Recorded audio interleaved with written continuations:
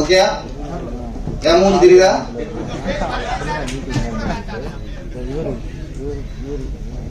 அப்பா சேர்க்கிறேன். படிவில் சொன்ன மாதிரி சிவாஜி சொன்னார்ல, ஸ்ரீராம். அனைவருக்கும் வணக்கம். பாதி நேரத்தை ஆரோக்கியகுமார் சார் பேசிட்டு போயிட்டாரு. மிச்ச நேரத்தில் நாங்களாம் பகிர்ந்து கொண்டே இருக்கு.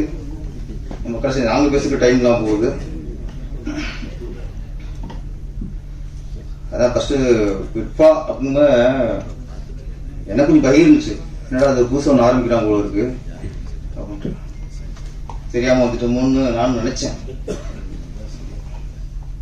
ஏன்னா உதயகுமார் சொன்ன மாதிரி திடீர்னு அவங்கவுங்க சங்கம் ஆரம்பிக்கிறாங்க.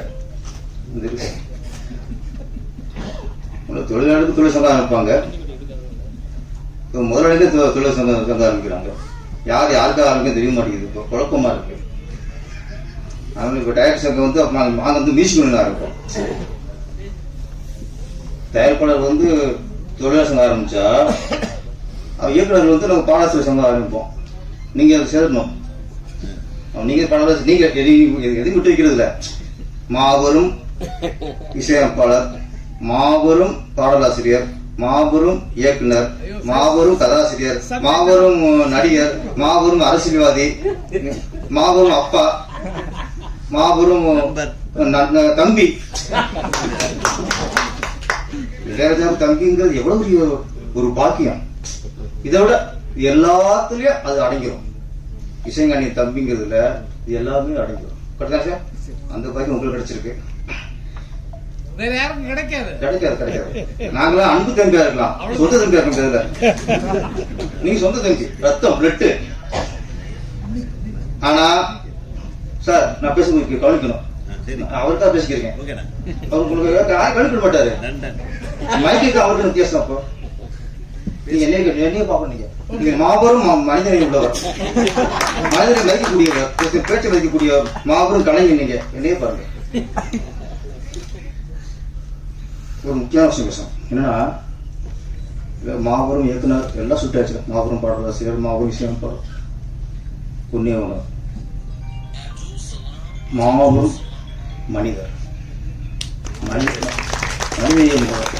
எங்க கண்டுபிடிச்சுன்னா, நான் கராட்டக்காரன் நானே 10 ரூபா பார்த்துருக்கேன். மூக்குத்தி பூமியிலே மாசமோ மார்கழி மாசம், நேரமோ ராத்திரி நேரம். அந்த கிக்குப்பட்டை யாரும் போட முடியாது. அதே மாதிரி இப்போ நீலமான ஓடையில் நீந்துகின்ற வெண்ணிலா இதெல்லாம் போட்டிருக்காரு. எல்லாத்தையும் நான் சமீபத்தில் கண்டு வியந்த ஒரு விஷயம், நெகிழ்ந்த விஷயம். கங்கேமரன்கிறது யார்? இயக்குனரா, பாடலாசிரியரா, நடிகரா? எல்லாத்தையும் நிறுவனம். இயக்குனர் இமயம் பாரதி ராஜா அவரோட மகன் சமீபத்தில் இறந்துட்டார், எல்லாருக்கும் தெரியும். அப்போ இறந்த அன்னைக்கு நிறைய பேர், முதல்வர்ல இருந்து நிறைய அரசியல்வாதிகள் வந்து நிறைய திரைப்படத்தில் பெரும் கலைஞர்லாம் வந்து பார்த்துட்டு போனாங்க. அன்று கங்கேம சாரும் வந்தார், நாங்களாம் இருந்தோம். அதுக்கப்புறம் நான் தொடர்ந்து நான் போயிட்டு வீட்டு போயிட்டு இருக்கேன். ஏன்னா எனக்கு பக்கத்து வீடு இஞ்சம் பார்ப்போம், அவருக்கு நீலாங்கரை. 3வது நாள் நான் பாரதியாரோட நான் இருக்கேன். எல்லாரும் தெரியும், பெத்த பிள்ளைய பறிகொடுத்து தேர்தலில் பெருந்துயரம் வந்து மகன் இழப்பு, மகள் இழப்பு தான் பெருந்துயரம். அவ்வளவு துக்கத்தை உச்சத்தில் இருக்கார். அவரு உடஞ்சு விட்டுருவாரு. நாங்களாம் சும்மா பேசி பார்க்கணும், அதை சொல்லி பார்க்குறோம். அவருக்கு மைண்ட் எதுவுமே ஏறல. ஒரு ஆட்டுக்கு பித்து பிடிச்சவங்க உட்காந்துருக்காரு. 86, 87 வயசு. அங்கே அவர் வந்தார் கங்கேமரன் சார். பாலி நண்பனா இருக்கலாம், பாலி நண்பன் கலர் வந்து போனாங்க. அப்படியே அருகில் உட்காந்துட்டு தூரில் கை போட்டு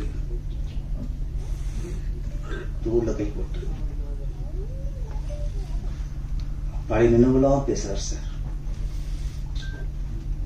அவர் பேச பேச அவருக்கு ஒரு பேசுற நான் மாற்றத்தை பார்க்குறேன். அதை விட நம்ம எத்தனை பாட்டு சொன்னோம்ல, அந்த சூழல்ல பாரராஜா அவர்களுக்கு ஒரு 5-6 பாடல்ல பாடினார் சார். பக்கத்து பாட்டு அதோட ஆறு இல்லை. அதுக்கப்புறம் இவர் பாட பாட அப்படியே இருந்தவர் அப்புறம் இவர் மூஞ்சியை பார்க்குறாரு. மாற்றங்கள் வருது. அப்புறம் தான் அவர் பேச ஆரம்பிக்கிறார். பழைய நினைவுகள், பழைய பாட்டெல்லாம் பாடி இந்த நேரத்தில் இப்படி சொன்னீங்க, நான் இப்படி பாடினேன். ஒரு குழந்தைக்கு சொல்ற மாதிரி சொன்னார் சார். நான் அப்படியே நான் 2 நாள் போயிருந்தேன். அவரு அப்படியே ரொம்ப உடஞ்சி உட்காந்துருக்காரு. உண்மையை சொன்னால் அங்கே மனோஜருடைய அந்த இறப்பு அன்னைக்கு எத்தனையோ பேர் வந்தாங்க, யாராவது ஆறு சொன்னாங்க.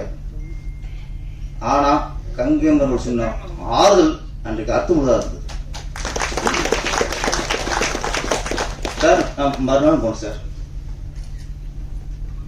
நான் மாற்றத்தை நான் பார்த்தேன். நான் தொடர்ந்து போயிட்டு இருந்தேன். இவர் பாடுறதுக்கு அப்புறம் தான் அதுக்கப்புறம் டீ ஷாட் ஆரம்பிச்சார். வேணா வேணா வேணா தள்ளுறாரு. இவர் எல்லாம் சொன்னதுக்கு அப்புறம் தான் அவர் ஏதோ ஒரு சாப்பிட்டார் சார். அப்ப நீங்க சினிமாவுக்கு எத்தனையோ பாட்டு போட்டிருப்பீங்க, நாங்க ரசிச்சிருக்கோம். எத்தனையோ சூழலுக்கு பாட்டு போட்டிருக்கீங்க, நாங்க ரசிச்சிருக்கோம். ஆனா ஒரு பையனை வந்த ஒரு 86 வயசு தகப்பனுக்கு ஆதரா அன்னைக்கு பாட்டு பண்ணீங்கல்ல, அதுக்கு ஈடு உலகத்தை எதுவும் நீங்க விளையாடக்கூடிய இருக்கான். நம்ம காமெடி பேசி நம்ம மாபெரும் விஷயம் பல நீங்க மனிதனியமுள்ள விஷயம் பாரு சார்.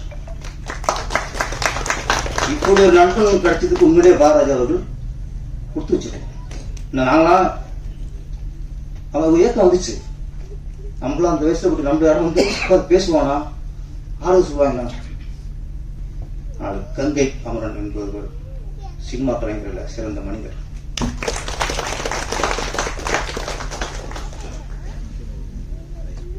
அவருக்கு உடல்நிலை சரியில்லை. ஆனா உடல் சோர்மை தவிர கங்கையம்மன் அவர்களுக்கு உள்ளம் சோர்வடையாது. அவர் இருக்கிற கலகலப்பாவே இருக்கும். கலகலப்பா இருக்கும். ஏன்னா இதுல இருந்து அவரு சின்ன பொண்ணு இருக்காரு. அவரும் சளைச்சவர் இல்லை. அவரும் பாடலாசிரியர். அவரும் சில பண்ணி பாடல்கள் ரிஜெக்டா இருக்கு. அது மாதிரி கங்கையம்மன் அவரும் பாடலாசிரியர். என்னன்னா நான் சொல்றது இயக்குனராக இருந்து பாட்டு எழுதுறவங்க, இவரும் இயக்குனராக இருந்து பாட்டு எழுதுறவர். ரெண்டும் மிகப்பெரிய இமயம். முதல்ல நம்மள பரங்கி மலை மாதிரி நம்மளும் இயக்குனர் வந்து கொஞ்சம் பாட்டு. இப்ப யார் பேசுறா? நான் இது சுத்தா இருப்பேன். எனக்கு இது ஒரு நோய். நான் பேசுறது யாராவது பேசுனா எனக்கு நின்றுடும், ஸ்டாப் ஆயிடும். சொல்லணும் பேர் சிறப்பா பேசுறாரு மைக்ல நீங்க சொல்லணும். அவர் சொல்லாது யாருக்கு ரகசியம். இது ரகசியம் சொல்ற விஷயமா அது. நான் ஓப்பனா பேசுறேன். கங்கையம்மன் சிறந்த மனிதன் ஓப்பனா மைக்ல பேசணும்ல. நான் ரகசியம் பேசணும்னா அதுக்கப்புறம் முடிச்சிடறேன். சீக்கிரம் டைம் வச்சு முடிச்சிடறேன். இந்த நிகழ்ச்சிக்கு கங்கையம்மன் வந்து இந்த இசை தட்டு வெளியிட்டதும் சரி, இந்த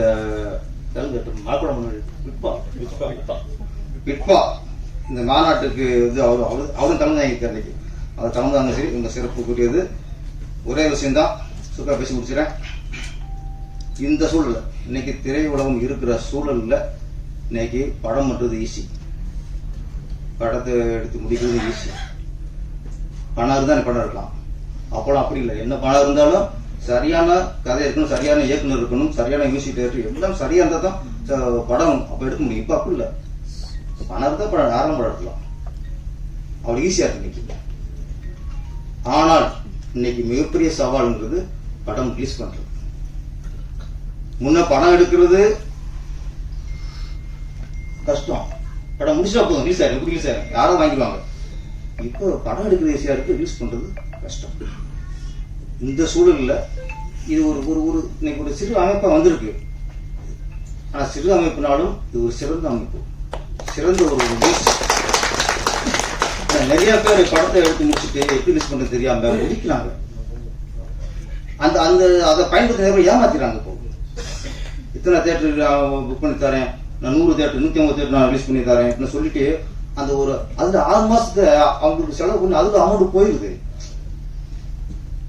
இப்ப படத்தை முடிச்சிட்டு சிறிய படங்களை முடிச்சுட்டு தத்தளிக்கிறாங்க. அந்த மாதிரி நேரத்துல இந்த மாதிரி ஒரு அமைப்பு ரொம்ப யூஸ்ஃபுல்லா இருக்கும். ஏன்னா இன்னைக்கு சில படங்கள் தான் ஈஸியாக ரிலீஸ் ஆகுது. ஏன்னா ரிலீஸ் பண்ற கட்டுப்பாடுலாம் வேற எங்கெங்கயோ இருக்கு, கடிவாளம் எங்கெங்கயோ இருக்கு. அந்த கடிவாளத்தை மீறி சின்ன குதிரைலாம் ஓட முடியல. இப்ப நீங்க சரியான அமைப்படுத்திருக்கீங்க. நானே உங்களுக்கு வேண்டுகோள், நீங்க நிறைய சொன்னீங்க, அறிக்கைகள் உறுதிமொழிகள்லாம் இருக்கு, அது எங்களுக்கு தேவையில்லை, எங்களுக்கு புரியாது. அவரு எஜமானுக்கு புரியல, கேட்டா என்ன சொல்றாரு எனக்கே புரியல, அவங்க தனியா அவங்க பேசிக்குவோம் அப்படின்ட்டேன். அதெல்லாம் ஒண்ணு சார், ஷார்ப் சார். படம் எடுத்து முடிச்சிருக்கும் சிறிய படம். அந்த படம் நீங்க இந்த அமைப்புகள் பாருங்க, எத்தனையோ 150 பேருக்கு இல்ல, இந்த குழு படத்தை பாருங்க. நீங்க அதுக்காக சைட்ல படத்தை எடுத்துட்டு சொன்னா அதுல உண்மையிலே எத்தனையோ நல்ல படம், தரமான படங்கள் இருக்கும், நல்ல படங்கள் இருக்கும். அதை நீங்க எடுத்து இந்த விற்பனை மூலமா ரிலீஸ் பண்ணுங்க. இதுதான் நீங்க இப்போதைக்கு சினிமா பண்ற மிகப்பெரிய சேவை. நீங்க அந்த மாதிரி ஒரு நல்ல படம் எடுத்து ரிலீஸ் பண்ண ஆரம்பிச்சீங்கன்னா ஆட்டோமேட்டிக்கா உங்களுக்கு 10 படம் பண்ணுவா சார். நீங்க படம் பண்ணலாம். அப்பா நம்ம ஒரு சின்ன பட்ஜெட் எடுத்துட்டோம்னா இந்த விற்பான அமைப்பு இருக்கு, இது எடுத்து ரிலீஸ் பண்ணிடும். ஆனா 10 பேர் ரெடி ஆகும். இன்னைக்கு அது இல்ல. இன்னைக்கு ரிலீஸ் பண்றத நினைச்சாலே இன்னைக்கு நிறைய பேருக்கு ஆரம்பிச்சிடாங்க. ரிலீஸ் அங்க நிச்சயமா தெரியுது, இது மிகப்பெரிய ஒரு கண்டம். இந்த சூழல்ல இது சரியானது. இன்னொன்னு, இன்னைக்கு சினிமா துறை ஒரு சொல்லிதான் சிறிய படங்கள்லாம் போட மாட்டேங்குது, தேட்டர் கிடைக்கல. அந்த படங்களுக்கு இப்போ வந்து வேலையே இல்லை. சின்ன படம் அதனால படம் நல்ல படம்னா மக்கள் ஆதரிக்கிறாங்க சார். படம் சரியா எடுத்தா அவன் சரியா சப்போர்ட் பண்றான் சார். நம்ம ஆசைக்கு படத்தை எடுத்துட்டு என் பையன் ஹீரோ, என் தம்பி டைரக்டர், என் மாமா வந்து என் மச்சான் வந்து மியூசிக் எடுத்து படம் எடுத்தீங்கன்னா என் பாப்பான் படத்தை படம் மாட்டுங்க. நீங்க உங்க ஆசைக்கு எடுத்துட்டு நீ உங்க பையனை ஹீரோவா வரும்போது ஓப்பனிங் சாங் வச்சு அப்படியே பூவை தூவி பாட்டெல்லாம் பண்ணுவீங்க. அது நீங்க ரசிப்பீங்க, நாங்க ரசிப்போமா? உங்க குழந்தை திமுறா பேசும்போது அதை நீங்க மழல நீங்க ரசிப்பீங்க, நாங்க அப்படி பார்ப்போம். என்ன குழந்தை என்ன இப்படி வளர்க்குறாங்கன்னு பார்ப்போம்.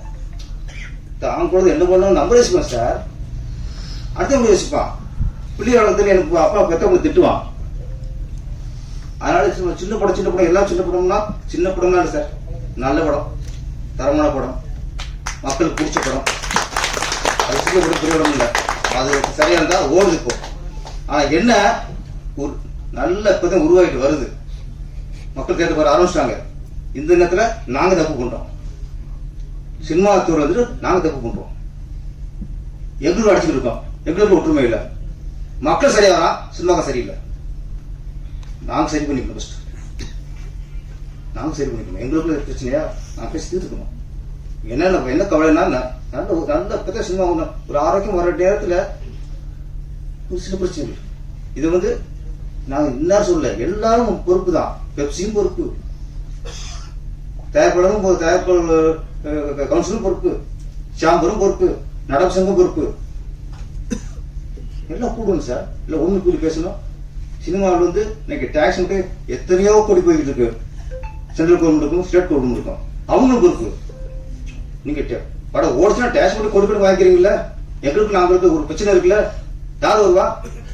கவர்மெண்ட் உள்ள வரணும், அது அவங்க பொறுப்பு சார். எங்கேயாவது ஒரு சட்டம் சரியில்லை, எங்கேயாவது பிரச்சனை, ஒரு திருவிழா பிரச்சனை, ஒரு ஒரு ஒரு மீட்டிங்ல பிரச்சனைனா உள்ள வராங்களா? கவர்மெண்ட் என்ன பிரச்சனை கேட்கறாங்களா? சினிமாக்குள்ள பிரச்சனை கவர்மெண்ட் கேட்கணும். அவங்க வந்து கோரிக்கை வைக்கணும்னு நினைக்காதீங்க, நீங்க கேளுங்க. நீங்க பிரச்சனை எம்ஜிஆர் சினிமாவில் சின்ன சலசலப்பா என்ன கேட்பாரு? பிரச்சனை ஜெயலலிதா அம்மா சினிமாவில் எதனா அவங்க கூப்பிட்டு என்ன பிரச்சனை கேட்பாங்க. கலைஞர் அவர்கள் அரசியல் எந்த அளவுக்கு நினைச்சாரோ அதோட சினிமா நினைச்சவர் அவரு. அவர் சினிமாவில் வந்து ஏதாவது பிரச்சனை அவர் கூப்பிட்டு என்னப்பாச்சு, என்ன பிரச்சனை பேசுங்க சார் ப்ளீஸ். பெப்சில வந்து எத்தனை 2 லட்சம் பேர் இருக்காங்க நம்பி, 23 டாக்டர், ஒவ்வொருத்தரும் எத்தனை குடும்பத்தில் எத்தனை உறுப்பினர் இருக்காங்க. இதெல்லாம் கொஞ்சம் மனசில் வச்சுட்டு கொஞ்சம் கவர்மெண்ட்டு தலையிடணும். நடிகர்கள் நான் போய் சொல்கிறேன், ரஜினிகாந்த் அவர்கள் தயாரிப்பாளர், கமல்ஹாசன் அவர்கள் தயாரிப்பாளர், விஜய் அவர்கள் தயாரிப்பாளர், சூர்யா அவர்கள் தயாரிப்பாளர், தனுஷ் அவர்கள் தயாரிப்பாளர், சிம்பு அவர்கள் தயாரிப்பாளர். இன்னைக்கு இருக்கு நடிகர்ல 3/4 பேர், நான் சொல்ற பெரிய பெரிய நடிகர்ல தயாரிப்பாளர் தான். இங்க நீங்க நடிகரை ஒதுக்கி இருக்காதீங்க. தயாரிப்பாளருக்கு பிரச்சனை வருதா? தயாரிப்பாளருக்கும் தொழிலாளருக்கு பிரச்சனை இருக்கா? தயவுசெய்து இங்க நடிகரா நீங்க ஒதுங்கி நிற்காதீங்க. நீங்க தயாரிப்பாளராக உள்ள வாங்க, என்னன்னு கேளுங்க, விசாரிங்க, சினிமாவுக்கு நல்லது பண்ணுங்க. நன்றி, வணக்கம்.